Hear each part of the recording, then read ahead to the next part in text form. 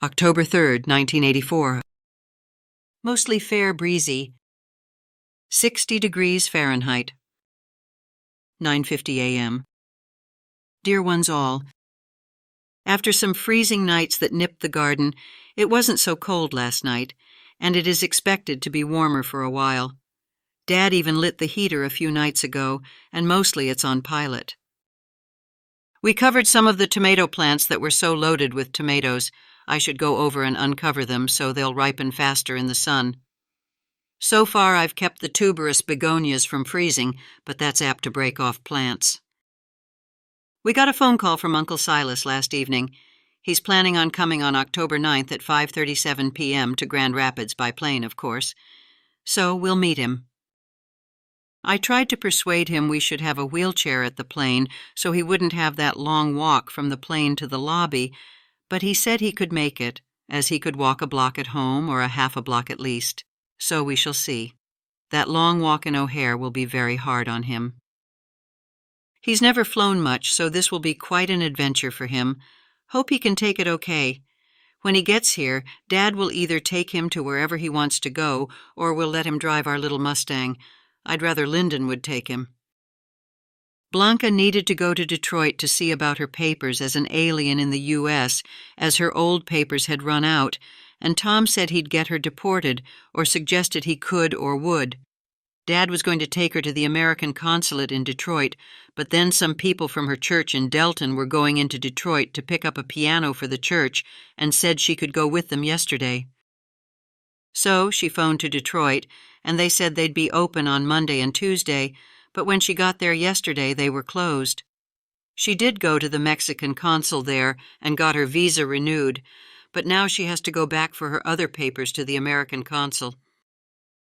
President Reagan has been in Detroit on Monday and Tuesday and had reviewed the naturalization of 1,500 people, so the offices were all closed, as things hadn't gotten back to normal. I know it will worry Blanca until she gets everything okayed. She took Carlos with her, and he was so good, she said. She sent Lyndon III to school before she left in the a.m., and we went over to their house and waited for him at 3:30. We stayed there, and I got supper for Lyndon III and us. It was around 8:30 when they got back, so she'd had quite a day. Carlos was all smiles, glad to be home. He can sit up alone now. He's 5 months old, so he does so well. Jody can feel good and strong already, so she may have her baby or babies earlier than expected. It may be February or even late January. Jody, David, and Lindsay spent last week up at the cabin up north. Laura hasn't shown much improvement. She's off work now to give the medication a chance to help.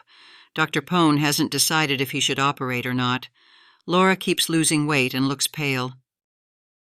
Tomorrow is WMA at Joyce Baker's, and Sunday is Sunday School Fall Rally. We've missed the Rawl Rally and homecoming for years, as Uncle Si always came through then, and we would head for Julia's. Monday, I gathered garden stuff. I picked 7 quarts of raspberries.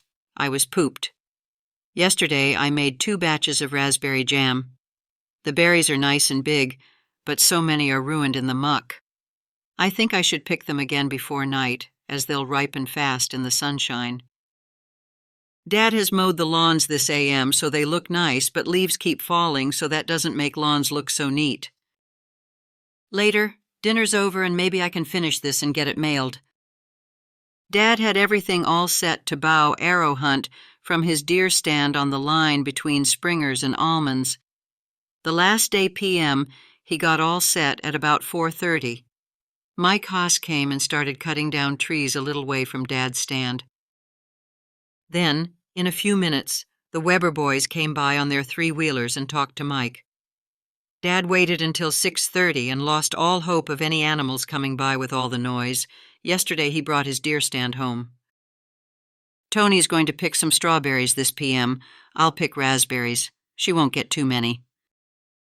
I feel so sorry for Kathy and Wendell, for I know it's a sad disappointment for Kathy to lose the baby. There isn't much anyone can say that will help. I'm sure, but we are truly sorry. Is Howie back home to Katie, or does he still have more work in California? By now, maybe the honeymooners are really getting moved into their new home. I know how proud they both are, and they'll do all they can to make it a real home, a Christian home. I like that old saying, it takes a heap of living in a house to make a home.